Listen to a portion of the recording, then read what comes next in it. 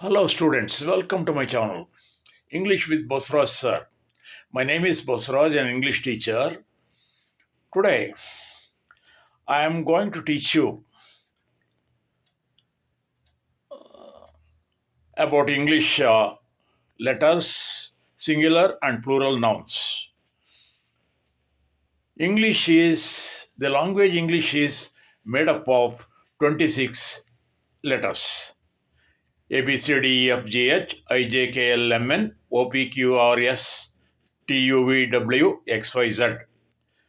Among these, A, E, I, O, U, these five letters, A, E, I, O, U, these five letters are called vowels. The remaining 21 letters are called consonants. The remaining 21 letters are called consonants.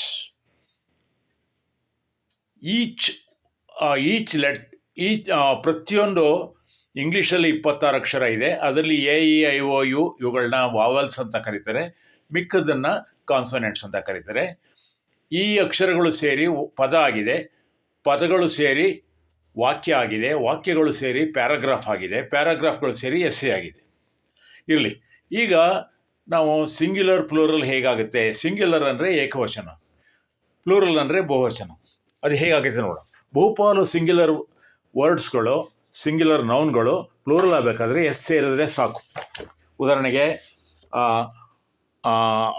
Arts, agents, banks, jackets, lions, machines, cats, dogs, fans.